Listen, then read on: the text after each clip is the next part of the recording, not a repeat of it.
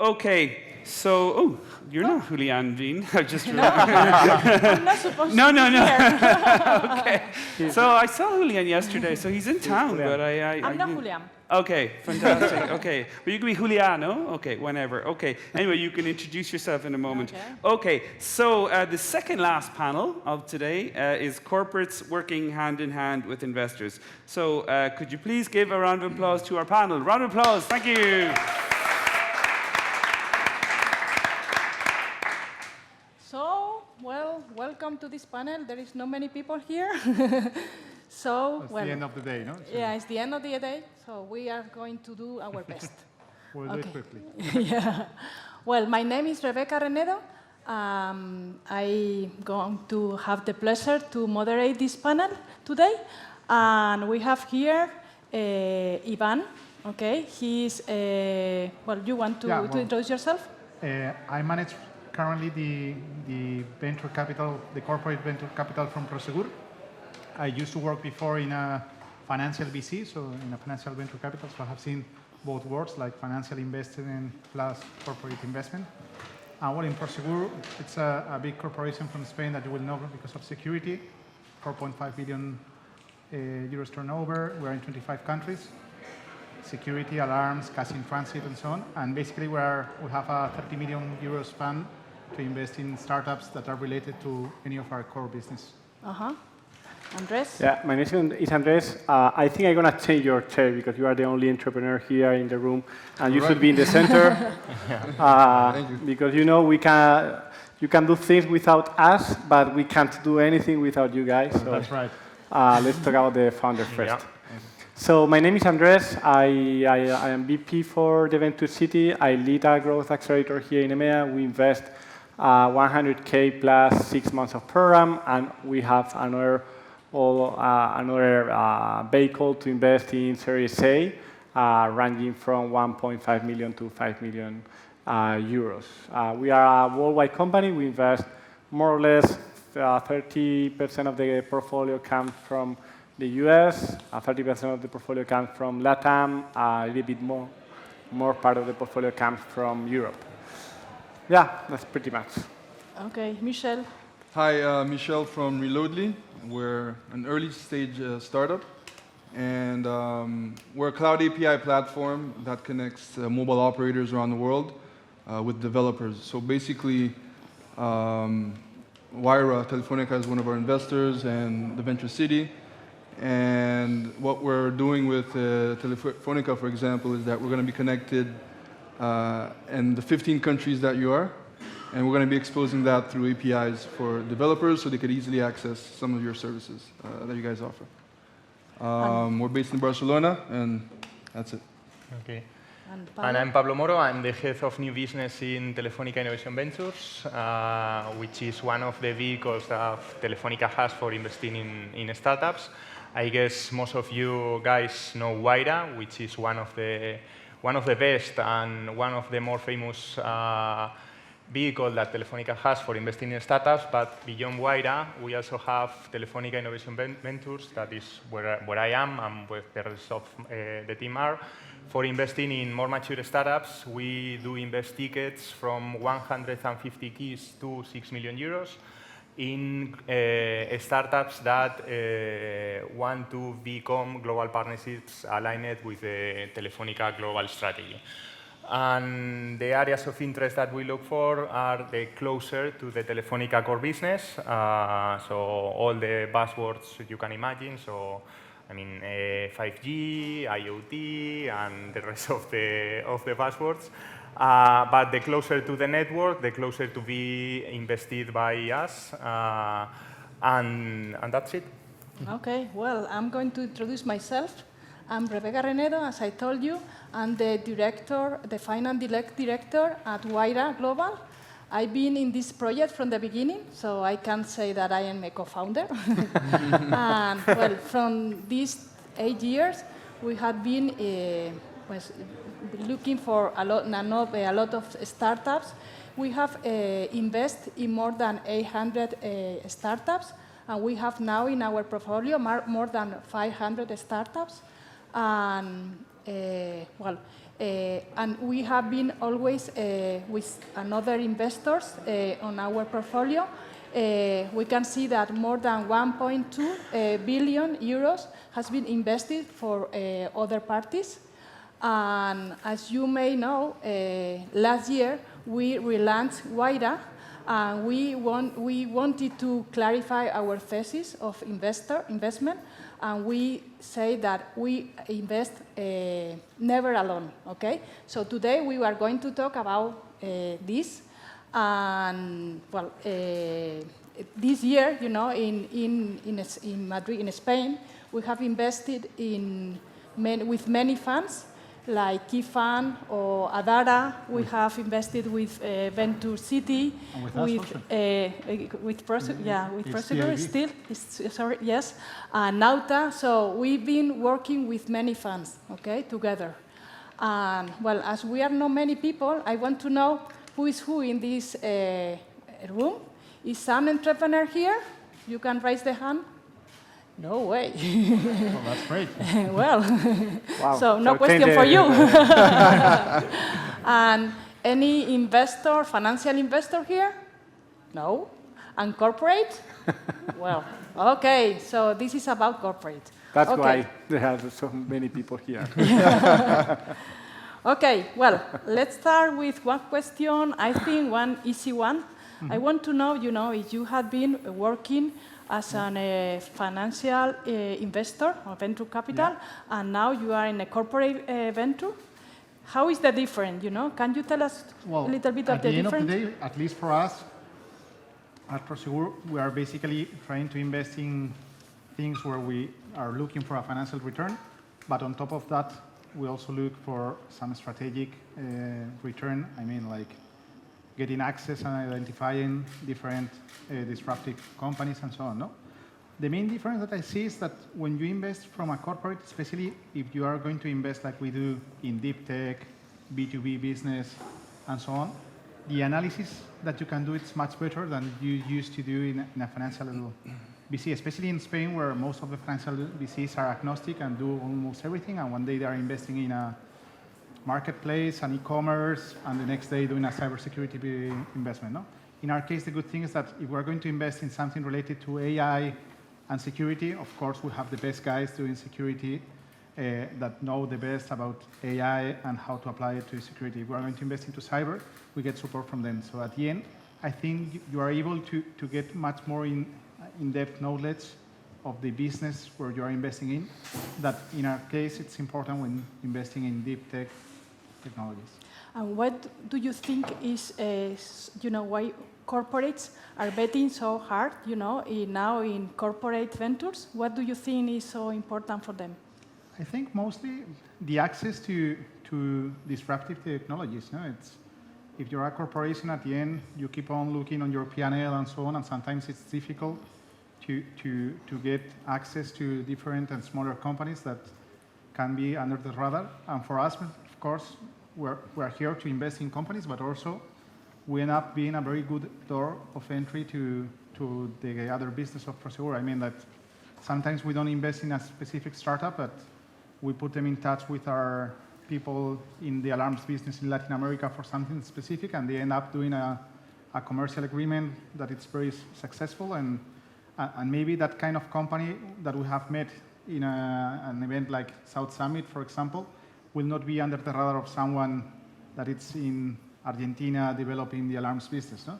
So I think that's the main thing that we see. And of course, last but not the least, the financial return. No? So it's a no-brainer to invest in startups from a corporate if you are going to benefit from that, and on top, you are going to benefit strategically, and on top of that, you can do good returns in terms of investment. Pablo, do you agree? Yeah, I do agree. Or that was a strategic I do agree with our partners of Prosegur since last 2 weeks. So obviously, I don't want to break anything in the good relations we have right now. I mean, he said a lot of things, a lot of matters that are important for us. But I guess I summarize the issue in the following sentence. I mean, the innovation is as fast that without the support of the startups, we cannot afford it. So we need their support to bring innovation to the Telefónica group. We are right now a portfolio of direct investments formed by 10 startups. 80% of them are working with Telefónica, and the other 2 did it before. So obviously, we need the startups for working with Telefónica. Michel, you as an entrepreneur, what do you expect from a strategic partner, like or a venture capital partner, or from a financial partner? Sure. So being a startup, especially early stage, I mean, you want to get as much help wherever you can. And having strategic investors plays a big role because, first of all, doors can open up for you where by yourself you probably wouldn't be able to open up. And for example, with TheVentureCity,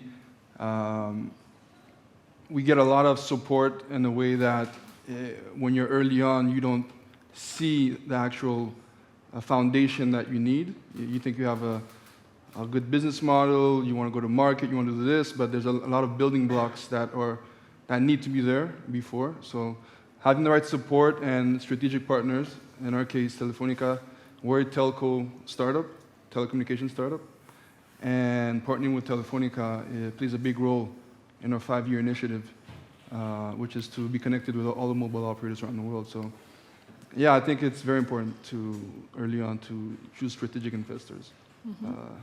Who can help you grow. Andrés, you as a venture capital investor, what do the metrics that you look for, to invest in a startup? What do you see? You would look for? Yeah. So it depends a lot on the stage. So, for example, in the case of Early, when we saw them, they had some metrics, good revenue. They were doing well in terms of growth. But it wasn't the best or the main thing that we used to take the decision to invest on them. Indeed, in your case, it was more related to the team and the velocity that they have to code, to prepare product. They were very flexible, and that's why now, 4 months later, they have a future iguanacorn. We call iguanacorn to the unicorn because we come from Miami as Michel, so it's like the animal there, so we use that figure. That's one thing. The other thing that probably add more value here and is not very used in Spain or in Europe is something that we call the quick ratio, right?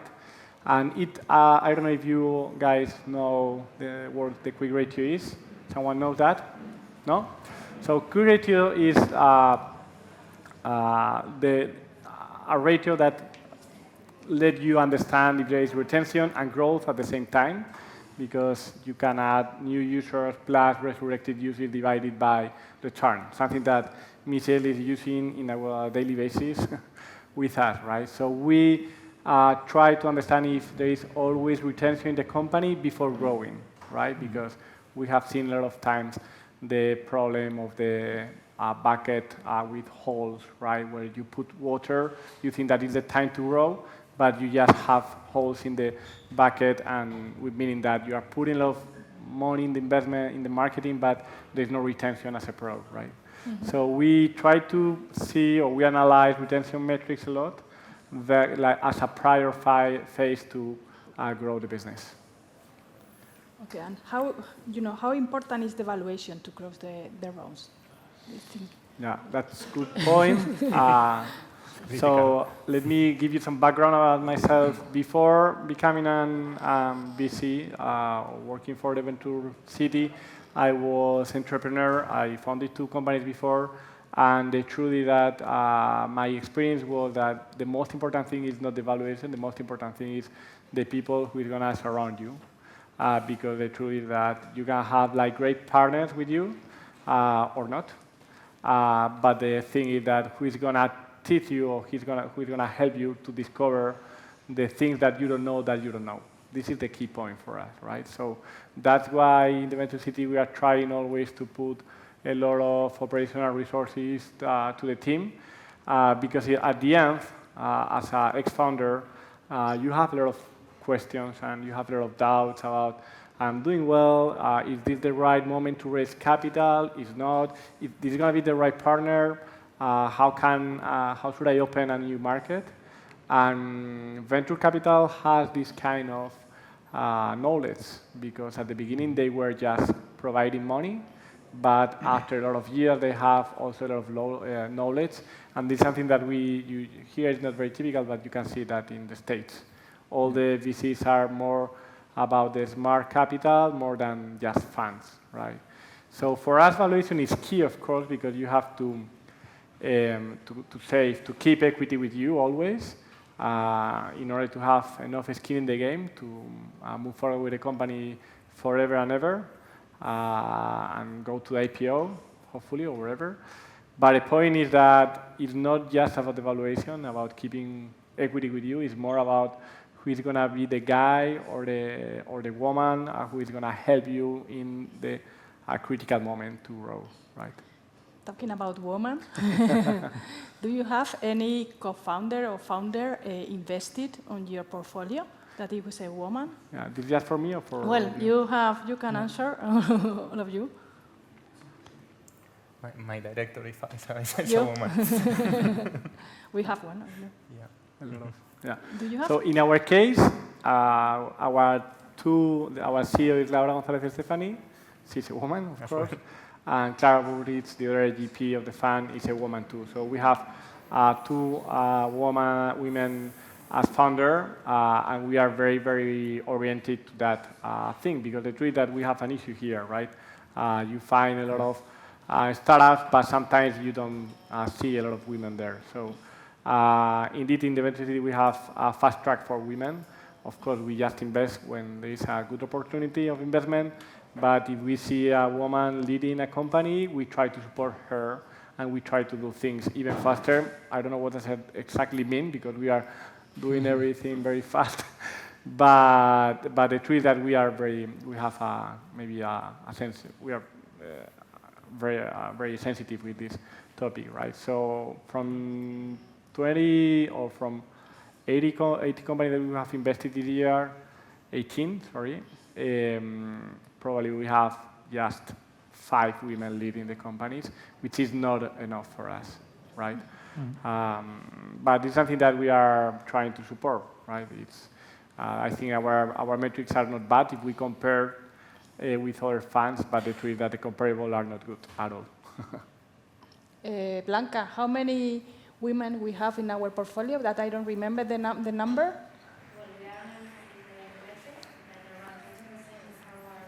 20.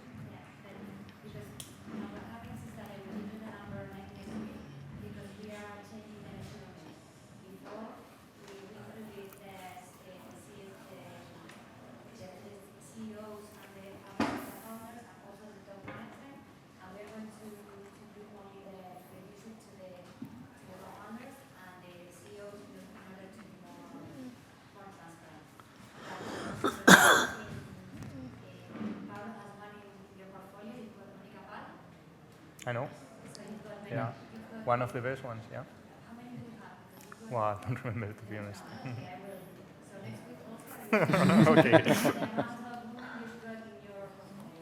Okay. Okay, I will. Well, regarding the investing, okay, I want to know what are the advantage or disadvantage of invest together with others. So, yeah. Ivan. Well, in our case, as a corporate, I think that we bring a lot of value to the startups when we invest together with financial investors, mostly because we add, I think, the credibility that sometimes for startups it's difficult to have in the market, especially if you are oriented into the B2B business and so on, where at the end your final customer needs to be a business, and if you have the Prosegur brand, the Telefónica brand, and so on, for sure it's going to be much easier to close a deal with Santander or with BBVA or whoever it's the corporation than if you are going by your own as a small company. And I think that kind of value added that we can add to a financial investor is pretty good and well, brings value also for the startup. Mm-hmm. And you as a startup, how you feel like having both? I mean, the more strategic investors you can have, the better it is. So. So you prefer strategic than investor than financial? I prefer strategic investor, both. Yeah, no, it plays a big role, and for us, we were fortunate to have some good investors in around, and we just started. We closed it 2 months ago, so we're working closely with most of our investors, and it's paying off. Uh-huh. Pablo, you have? Yeah, I mean, I guess the whole picture is, I mean, the perfect whole picture is investment together. I mean, in Telefónica, we don't want to invest, to lead investments. We prefer to a VC can do it. Yeah. And we follow the VC, and it's not because a matter of we are risk averse or something like this, because otherwise we wouldn't launch it Wayra some years ago, and Telefónica Innovation Ventures or some other initiatives. It's a question of that we do strategic investments, and the strategic investment starts with minority investments. So what we can provide is quite similar to Prosegur said, and is our channels to get customers. In Telefónica, we have more than 300 million customers to provide to the startups, but also, as you said, the branding. Obviously, if a startup want to get a new partnership or a new investment, it's going to be better if they have a strategic investor or a corporate within their LPs. And lastly, the know-how of the Telefónica experts that we can provide to the startups to increase their products and to pivot the roadmap. So I guess there are the three things that we can provide them. Yeah, in our case, we like to co-invest, of course. We have co-invested with a lot of funds. The truth is, as Pablo said before, and I totally agree with that, it's not a risk matter. It's more that since we are looking for a strategic investor, you are looking for hands to help readily in 1 year. Because for sure, even if they are doing really well now, you are going to see ups and downs. I'm not saying in your case, of course, but in our case, the startup has, of course, ups and downs. And the fund is going to need hands and help, right? So from an investment perspective, it's always to have more hands to help your founders than less, right? So some difficulties, some problems that you for have that, when you well, invest? We are very clear on that. In this regard, if we see a fund who wants to invest in the company and we think that this is not going to add a lot of value, we shared our opinion with the founder, right? Because I think, and it's true that the best way to have good shareholder agreements is to have a lot of offers from investors. It's easy to say that, because you have to be able to make it happen. But the truth is that you have always the opportunity or the chance to say no also to the investor if he's not going to be a good investor, right? So we like to have co-investors, but not everybody as a co-investor, right? Okay, and in your case, how is the process to select, the startup? Yeah. How it works? Wow, okay. Investing How much time process? do you have? No, we How much day do you have have? 1 minute, Okay. because I have 2 more questions. Yeah. So in our case, since we have operational partners and we are a big company of 30 people, we analyze different aspects related to growth of the startup. So Michel passed through that, and what we do is first we have some analysis of the data, and then we have a discovery call. So all the operational partners have a meeting with the startup for 1.5 hours talking about growth, product, and engineering. We invite, by the way, 2 donuts to the founder team at this meeting. Then we go to product and tech due diligence. Then we write, of course, we are voting every day about the company, if it likes, if we want to invest or not. And after the product and tech due diligence, we always write a one-pager that we share with the founders in order to explain our yes or our no, which is But something. you are very agile, no? Yeah, very in quick. 1 month. In 1 month, Yeah. That's insane. It's Great. very fast. It's You're very fast. fast. But for me, the best thing is that we always provide feedback. It's something that I wanted to have when I was entrepreneur, and it's something that we are currently doing, and we don't believe in empty no's. So if we see that a company has to improve, we write 2 pages explaining why we are not going to invest, which a lot of time is very useful for them to try to manage the thing, and they can agree or not, of course. Mm-hmm. And what do you think it has been the biggest mistake that that is made when raising money? You know, I will say, well, you mean when raising money as a startup? A startup, yeah, or yes. Well, I think as a startup, the biggest mistake that sometimes the startups do when raising money is maybe raising when they don't need to. I mean that at the end, it's becoming very popular to raise funds, and it makes a lot of sense in many companies because the way they are growing and the kind of business model that they have, it makes a lot of sense to accelerate through investment and so on.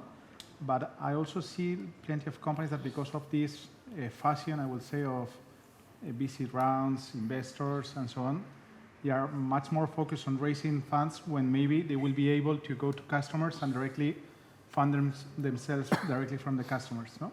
And that's, in a way, capital efficiency, and I think that's the biggest mistake that sometimes, not so often, but sometimes I see in companies. Mm-hmm. Michel, you have to say something. Yeah, it's like a catch-22, you know.